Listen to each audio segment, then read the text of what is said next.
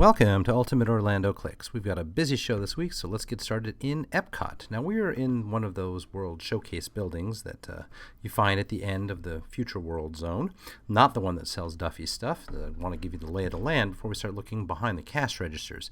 These struck me as new. They have little light points in them shining through. They're obviously images of Epcot itself, Mexico on this side and Canada on the other side, that has a little bit of a mosaic feel to it as well. Just something new that caught my eye.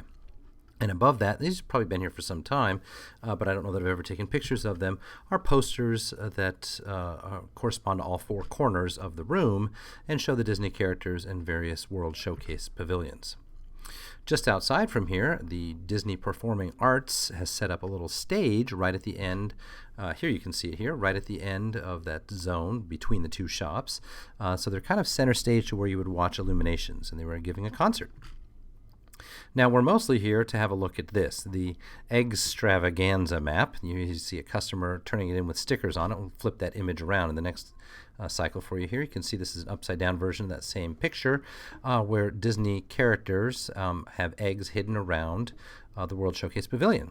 Now, you pay $5 for the map, but what you get is a toy when you finish all of those that you can then take home. So these are what the toys look like.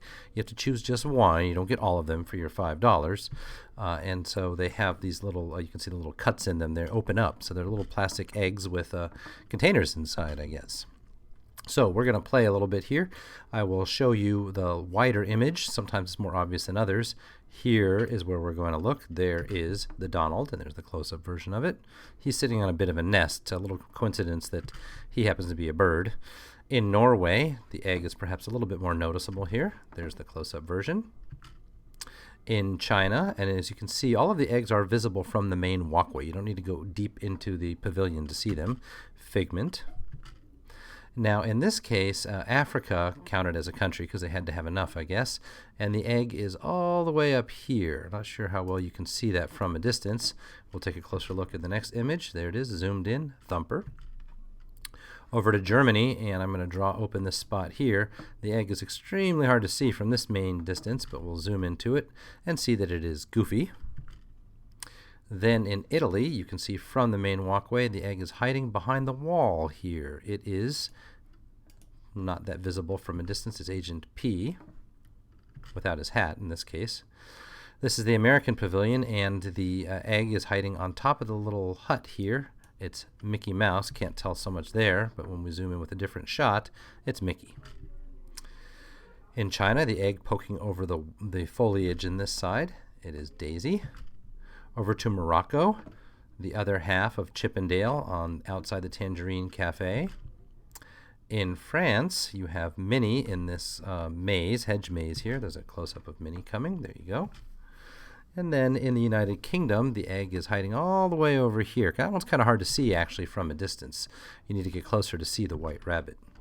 And then finally, in Canada, the egg is here, and it is Pluto. Now, it is flower power season during Flower and Garden. We saw the Village People. They had 3 shows. This is the modern day band. It's not a cover act necessarily, but I think none of the actors and singers are original to the band by this point, but it is the official name of the band. And yes, they did do YMCA, as you can see. Back over in France, we noticed that these stickers, they really are kind of pasted on, I guess, have been refreshed and put back onto the to the column that you see here, the advertising column. Just very vivid colors in that case.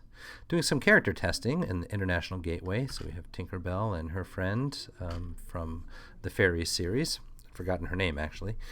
Then back in the this is in the Africa section, although it's sold around World Showcase. They've long had the Finneason for Beaker here. I don't know that I've seen this cookie before, and although they've had some kind of kids meal built out of snacks, I don't know that I've seen it served in the Agent P lunchbox before. Leaving the parks for just a moment, you see this sign visible from Interstate 4 saying it's not a small world after all. It's a Kennedy Space Center advertisement. So obviously a riff on Disney and perhaps this specific week when It's a Small World had its 50th anniversary, especially out in Disneyland. Back to the parks. We're on the monorail looking at the Polynesian, some construction happening in the DVC area. The Polynesian has closed Capt Cook's in the meantime. In fact, closed the Mona Mickey's arcade as well. Now, there is an alternate Captain Cook's open underneath the staircase, so we are underneath Ohana as I take this picture. And as you go into there, you will see a fully functioning cafeteria set up. In fact, this was, until somewhat recently apparently, the cast member cafeteria. So that's why it's got all these nice decorations and wonderful themed paintings around the outside, and some themed tapestries and those sorts of things. Some fair amount of decoration, actually, for a cast member eatery. You can see that the majority of the meal items made its way over here. There was something new, this Thai coconut meatball on rice, which we did not try. There is, however, also something missing, and that is that there is no Dole Whip in the location at the moment. So you were just out of luck with the Dole Whip. A little bit more of the decorations, and a look back onto the serving line itself, and to the desserts. Then finally you pay at one of these two stations at the end. Also, at the Polynesian, the overwater bungalows are coming along. These are family suites. They've got multiple rooms in them, as you can see. The rest of the DVC ones are going to be much smaller than these overwater ones. These are taken at some distance, as you can tell. We also stopped at the Grand Floridian, where they're having an Easter egg display, led by the executive pastry chef, as you can see here. Edible works of art, so things like chocolate and cocoa butter and sugar and icing and so forth. These are what the eggs look like from a distance. And as you get closer, you see that they are highly ornate.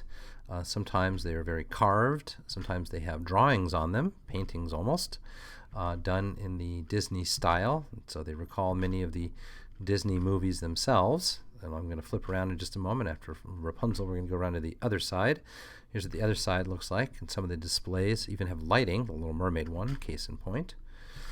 And you can see that they've trying to recreate some of the classic moments from Disney animation, trying to capture them as eggs. The whole thing is edible, and it's kind of a neat display just to have a look at for a couple of minutes. Not always artistically exactly the same as what you find in the movies, but still something neat. A few shots for you once inside the Magic Kingdom of the construction going on in the hub area. Now, it's a little hard to see from this angle. We'll see it again in a minute. There's a dam set up here to keep the water out. At the moment, the water is back into this part of the moat. There's the other angle of the dam, so presumably they can now drain this side of the moat. They put water into the whole thing, I think, and so the water, as you can see, is filling up the other areas of the moat. Doesn't need to be drained anymore. In fact, this water is more transparent than I'm used to seeing. They usually have more dyes in it. Either they haven't added the dyes or they don't intend to add the dyes.